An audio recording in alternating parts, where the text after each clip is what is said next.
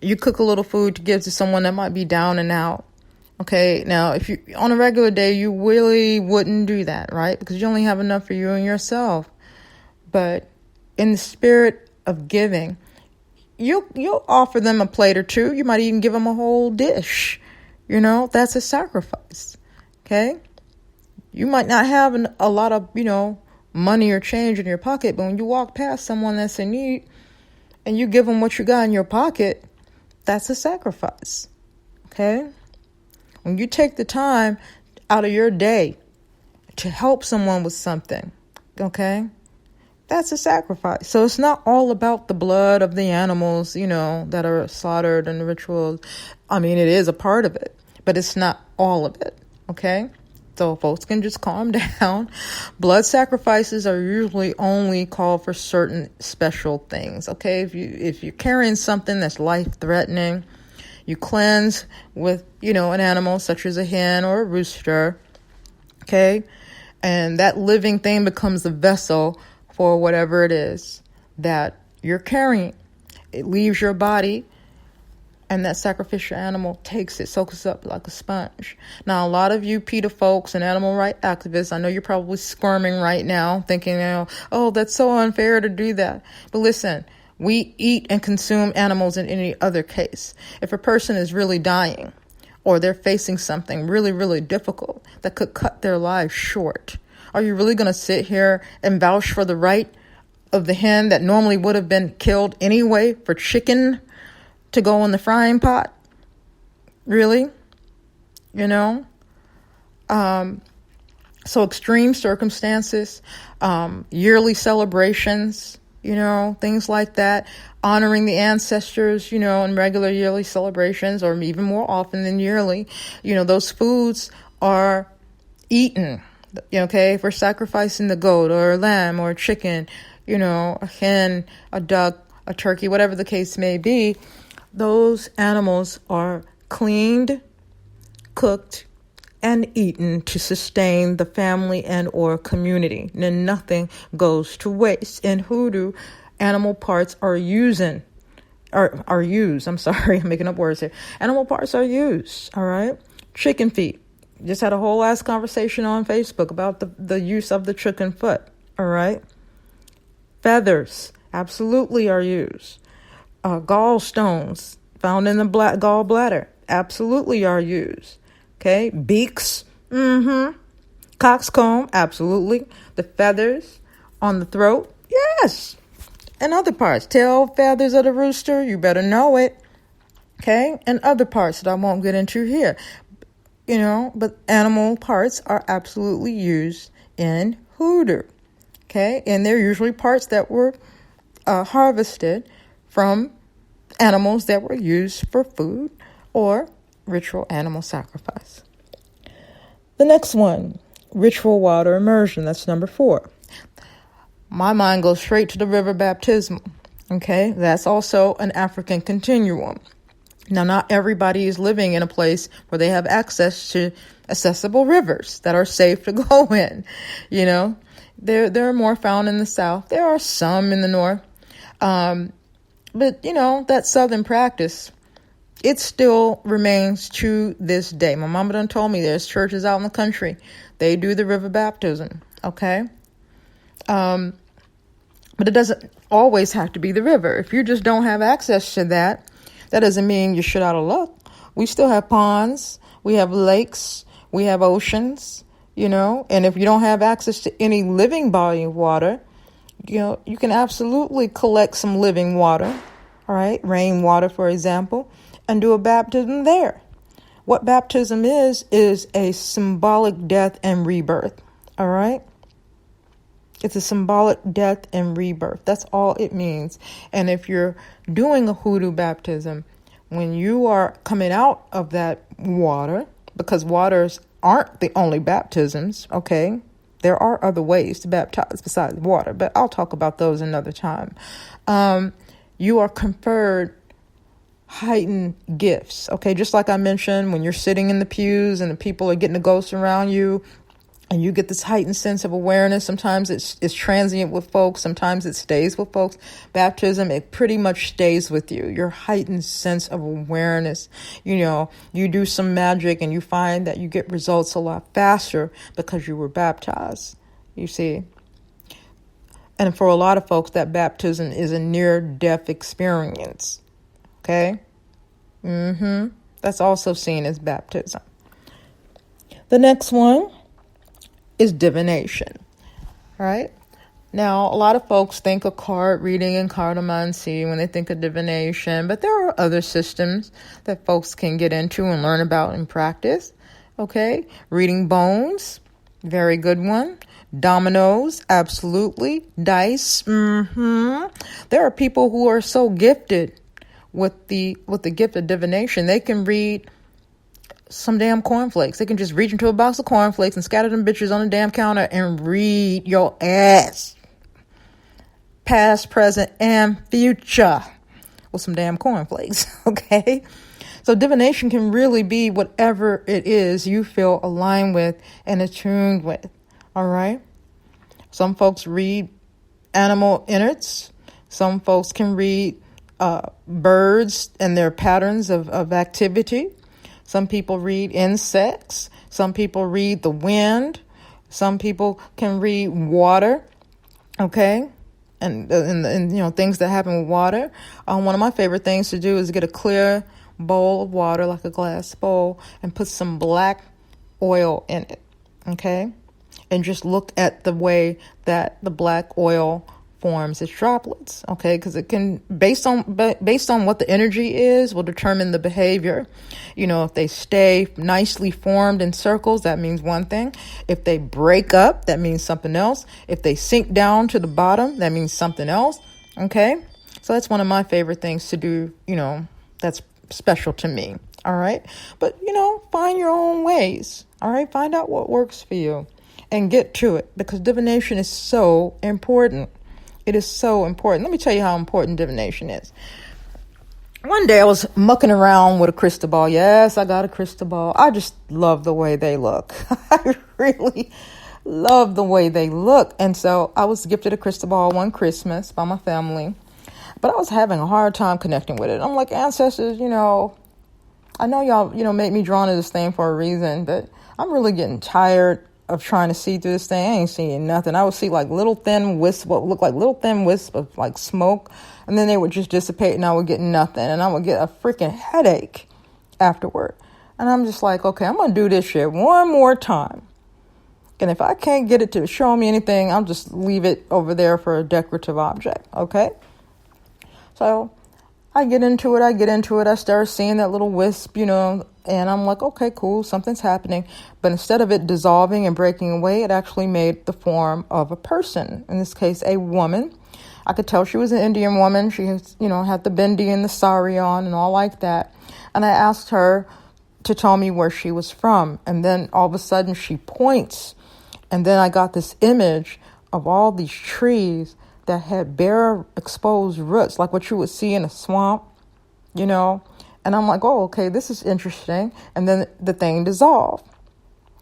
So I Googled some images, like where in India are there swamps? And I hit images and I saw, I went through all the images until I found one that was similar to what I saw in the crystal ball. And so I, clicked on it and found out it was in Kerala. So I started doing a little research on Kerala. Now, if most of you know, my father's from India, but he's not from there. He's from a different state. So I asked my family, do we have people in Kerala? Do we have ancestors in Kerala? Nobody could tell me for sure if we did or didn't. So I used my pendulum, okay, and asked that ancestor to tell me her name. Because I really want to know my peoples, right? My father, he's passed on, and I'm not that close with my half-sib, so I relied on her to give me, her information. And I took out a piece of paper and write out the alphabet, A to Z, and I asked her to give me her name. And using my pendulum, dowsing over each letter, each time the pendulum would move in a positive direction over a letter, I write it down and then start all over again at A. And I keep going over, holding this over each letter until I got a positive movement. And I would stop and write down that letter and keep going. And she eventually spelled out her whole name. Okay. So, of course, I'm like, okay, I'm such a skeptic. Okay. So I go and Google this particular name. And it turns out that this was a popular girl's name in where? Kerala. That's convincing. But the skeptic in me still was kind of, I don't know about this. But very recently, my older brother's son, my nephew, popped up as one of my relatives on 23andMe Ancestry, okay? DNA Ancestry Service. And so I was really ecstatic because, my father passed before I could, get him to do these tests and whatever. But, this is my brother's son. So I figured I can get something useful. So I looked at his haplogroup, Googled his haplogroup.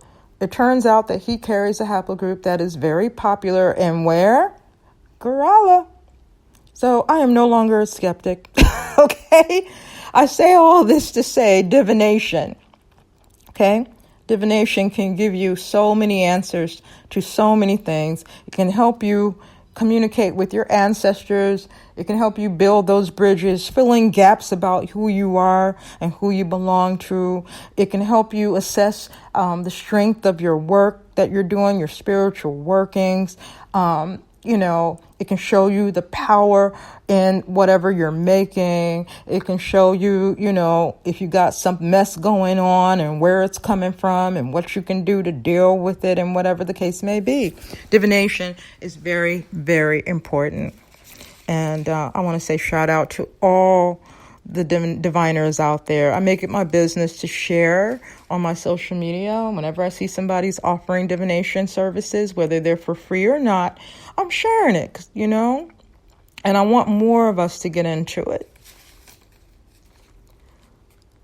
So let's look at the next thing. Oh, I gotta wake up my little device here. Excuse me. Okay, ancestral reverence. Well, we already know how important that is. I mean, if you've been listening to my episodes here at Mama Rue's Ancestral Musings, then you kind of understand how important ancestral reverence is. And I just mentioned it, basically in all these things that Dr. Hazard has listed. I think I touched on how ancestral reverence is a part of it somewhere. But yes, ancestral reverence is important. There are some folks who believe that an ancestral altar is opening a portal to all kinds of spiritual shenanigans. And I'm here to tell you that that is not true. I've been practicing ancestral reverence for over 30 years now, and that is not true, okay? I wouldn't lie about it. If I wanted to summon a demon or some sort of low-level, low-vibrating entity, there are other ways to do it, okay? You basically call them by name. And you don't use your ancestral altar to do that either. And if you're really smart, you wouldn't be doing that shit in your house. No way. All right? Demon-free zone. Okay? There are other places to do that shit. Your house should not be one of them. Okay? Listen, let me tell you about your ancestors. Let me tell you about my ancestors first. They're so protective of me that they won't even allow fuckboy ancestors to even come through. Now, who's a fuckboy ancestor in my bloodline? That Jewish white man who owned my great-great-grandmother. Okay? He's the fuckboy that my ancestors will not allow to come through. All right? Because they don't like the way he got himself into this here bloodline. Period. Because I always wondered about that. As long as I've been doing this, how come no white ancestors come through? Not that I necessarily wanted them, but I just thought, they're in my bloodline. They are ancestors. How come they ain't coming through? Well, my African ancestors and my Black American ancestors said, yeah, I think no. No, sorry. They're holding them back. Your ancestors are not going to allow anyone to come through that isn't going to mean you well, that isn't going to bless you in some sort of way. Okay? Please understand that. A lot of people, they just take this thing for granted. They take the ancestral power for granted. They are strong in their spiritual realm. They care about us from there. They're not going to let fuck shit come our way. Okay? The only time they'll allow fuck shit to come our way is if there's a lesson in it. Okay? It's not going to do us too much harm. we might scrape our knees maybe a little bit, but no real serious harm. There's lessons, and those lessons are vital and important. All right. And if you didn't get the lesson, then shame on you. Shame on you. So let's move on to number 7, belief in spiritual causes of malady. All right. Belief in spiritual causes. This goes back to something I've said before about the holistic African spiritual view. Okay. Which isn't even spiritual. It's just the holistic view of life, period. Okay. Where we don't separate everything and put it in nice, neat little boxes and containers. We take the whole. All right, our approach to our environment is holistic. Our approaches to each other is holistic. Our approaches to our spirits, holistic. Our approaches to the things that happen to us in the physical plane. I mean, all of it is connected. So for every physical illness, there is also a spiritual component, and both are dealt with. Okay, so the same things that people use in hoodoo to use, for hoodoo tricks and spells or whatever the case may be. We don't call them spells, by the way. But, and laying tricks or whatever, those same botanicals are also used as medicine for physical healing. So you're getting a twofer, right? That is the African way. That is the natural world way of doing things. This isn't limited to Africans. People of color all over the world pretty much have that same view. It is the Europeans, unfortunately for them, that don't. Okay? They're the ones that don't. They are the ones that separate everything out, cut everybody off from everything. That's the Urugu. That is the Urugu of it all. Okay, to separate you from nature, to look at nature as something to be controlled and feared at all times, or, look at it as something that just needs to go away as quickly as possible. That's Urugu. To teach you that, you must be crazy if you go out into the natural world and feel harmony with all the living things around you. Okay, or, to find that, spirits are alive and even inanimate things like stones and rocks. Okay, that is a very African view or indigenous people view of looking at the things in our natural world. Urugu says the only thing that matters in this world is mankind. Okay, and mankind must be in control of everything, period. All right. So when we look at spiritual causes of malady, that can manifest as physical things. All right.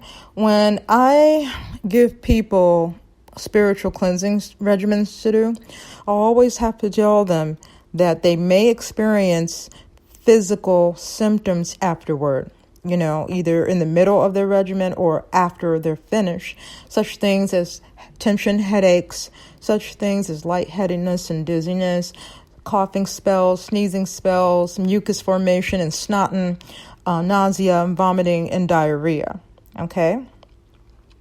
Because when you're spiritually purging negativity, the physical body will be affected, and it will also to try to purge toxins and negativity. Okay? Because when you experience something physically, well, you're a human being. Okay? When you experience something, spiritually, your physicality is also going to be affected. All right. So when we do our spiritual cleansings of self or space or both, we may react to it. Okay. You're spiritually purging something. You might also physically purge something. Okay. It's just like with the incense. All right. I'm a big fan of frankincense, and I like to do smokes. Right. I feel that the smoke resets my energy. It resets the energy around me. It puts healing into the environment. Okay. But Indian frankincense, the same resin that we burn on our charcoal, also has curative and healing properties. It targets inflammation. So I started taking Indian frankincense capsules. I was experiencing joint pain in my fingers. All right. And rheumatoid arthritis does run in the family, particularly with the women in my family when we get a certain age. Okay, several of my cousins, my sister, when they got a certain age, the age I just, that I am now, they started getting affected with this. So I'm not trying to go and get on no corticosteroids and, deal with all that mess. I'm figuring, what are some natural ways to deal with this? Well, they make Indian frankincense capsules. I started taking them bad boys. Tell me something. Why is it that the very next day I didn't have pain in my hands when I woke up? Because usually it bothers me when I first wake up. I didn't wake up with hand pain or finger pain. Okay? So we can use that frankincense and use the smoke to smoke out our spaces, to bring healing. When people are, bedridden, we can burn it. But I just gave an example of how that same thing in a spiritual healing can be used in a physical healing as well. Shout out to Ayurveda, the ancient healing practices of my father's people. So that brings us to point 8, herbal and naturopathic medicine. I just gave you a great example with the Indian frankincense. Okay. So the same things that we use, high John root. Okay. It's great for liberating our oppressors, our people from oppressors, right? It's a liberation tool. It's a powerful tool. It's a root that we carry, all right, to keep us safe, to keep us protected, to get over in impossible circumstances. That's what high John root is for, right? Because you're conquering something. We're conquering obstacles. We're conquering oppression. We're conquering, the things that are blocking us from being great. Right? But you can also use high John as a very powerful laxative. Okay? Wild sweet potato, look it up. So there's, duality in all of this, right? Everything has multiple uses. All right. We can't just, regulate things to just one thing. And we can't regulate our vision to just looking at things just one way. When we start looking at things in a 360-degree manner, going all the way around something, looking underneath it, looking above it and behind it and through it and so on like that, we'll start to expand our knowledge bases, right? We start to expand our experiences. We start to appreciate the totality of what all this is as Hoodoo people. All right? I'm just real excited about all this. And I hope that it catches. I hope that it spreads. We are Hoodoo. Okay? That's the word for today. A while back, I got into a conversation with one of my spirit brothers. He was like, I don't like that word no more because the white folks done to it. They done just mucked up the whole thing. Let them have that word Hoodoo. We can call it something else.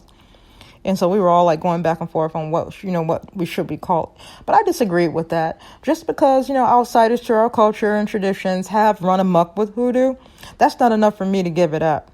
Okay? That's not enough for me to give it up. Words are important. And Hoodoo comes from Africa. It actually is the name of a tribe of people as well as the language or dialect that they spoke. So why am I going to just let Ofe and them have it? Just because they want it so bad and they've run amok of it. No, we're reclaiming it, remember? We're restoring right now. We're experiencing a spiritual renaissance among other types of renaissances. All right? So no, they don't get to have shit. Not if I can help it. I'm keeping Hoodoo. And I'm making that, yes, I stand by my declaration. Hoodoo is a religion. It belongs to the Hoodoo people. Okay? Who is black folks in America, right? Because there's so many other words in this practice that have an African origin. Are we going to just, give those up to? Take Mojo, for instance. M-O-G-O. Everybody's familiar with it, right? And I've seen all these little educated guesses and assumptions on what this word means. I've seen white folks say, oh, that comes from the Scottish.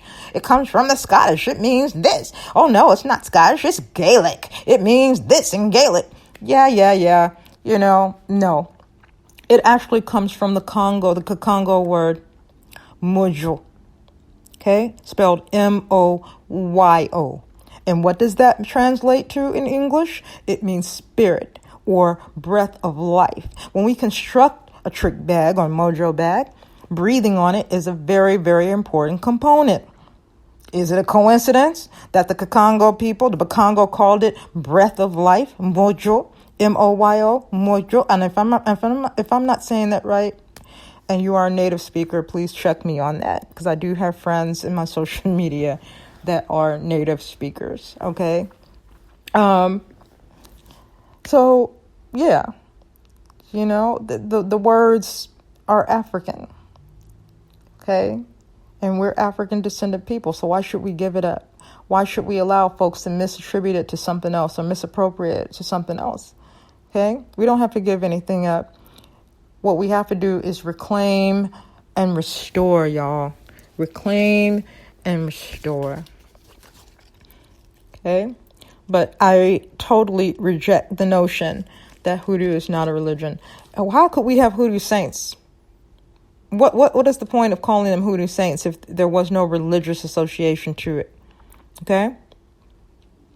And who are the hoodoo saints, you might ask? Oh my gosh, who aren't the hoodoo saints? Who aren't the hoodoo saints? Well, there are many of them, all right?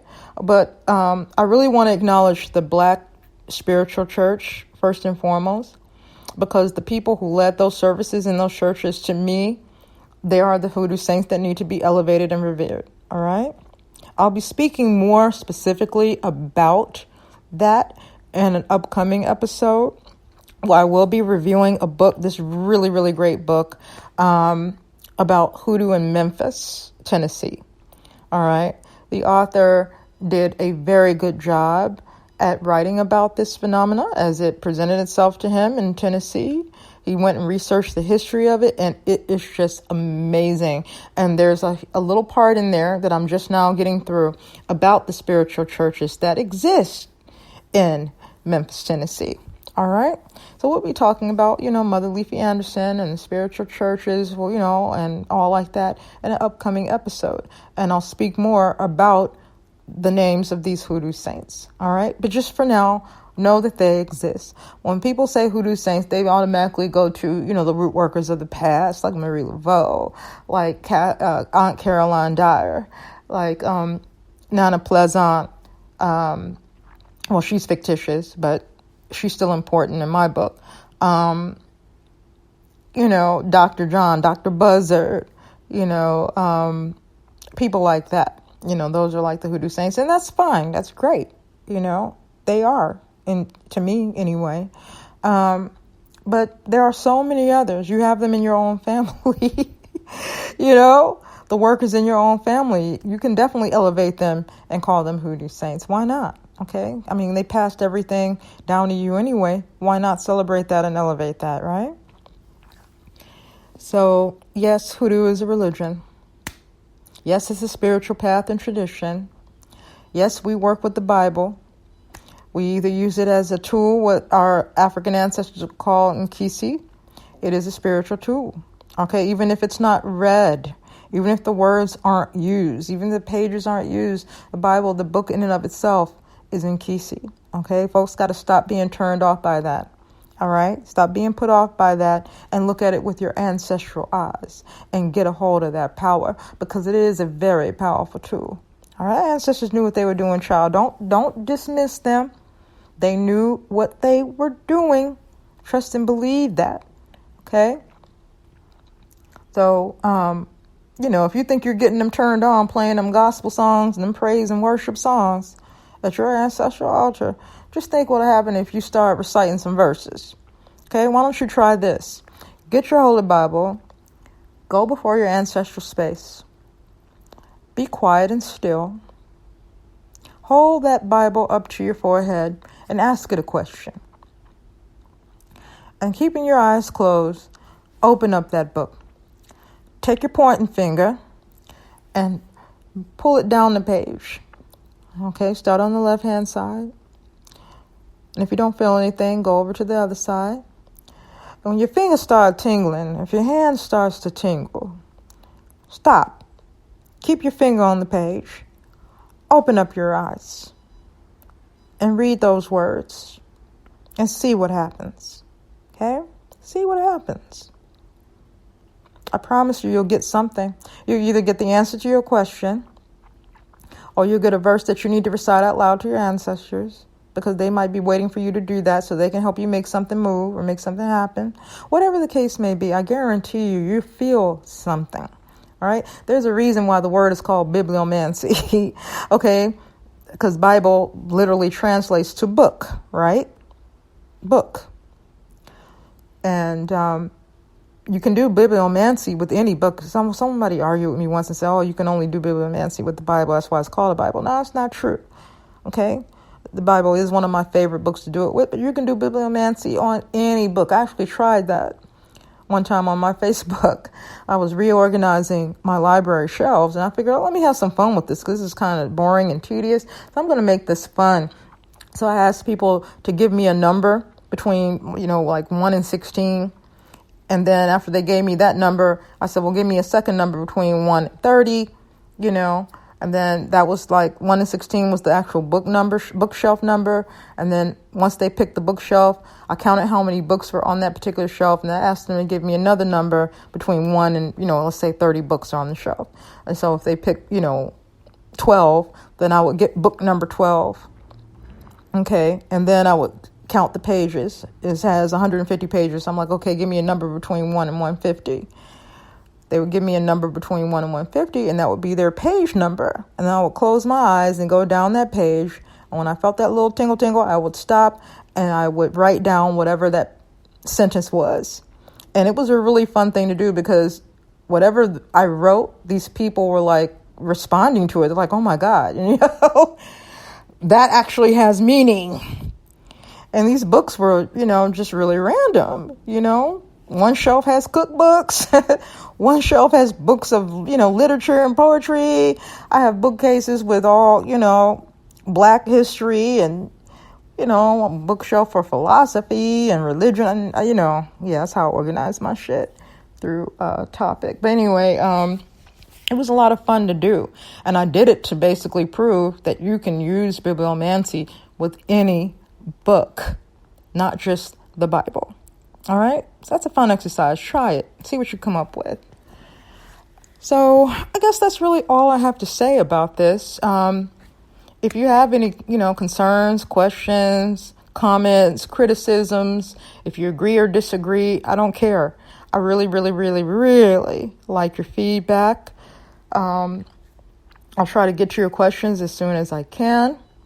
I want to thank you again for listening. I want to thank you for supporting my podcast. Excuse me. I'm sorry, y'all. I just ate something earlier and now I'm kind of like belching. I don't mean to lose my manners in your eardrums, but yeah, you can always reach out to me on my Facebook, my Twitter, my Instagram. You can leave comments on Spreaker. You can also listen to these on YouTube, okay? I do upload these episodes to YouTube, so check them out there as well. And yeah, I guess that's it. I'm going to love you and leave you. But as always, I'm wishing you love, peace, and powerful juju. And remember, you're hoodoo. We're all hoodoo. Celebrate that, okay? Until next time, take care, everyone.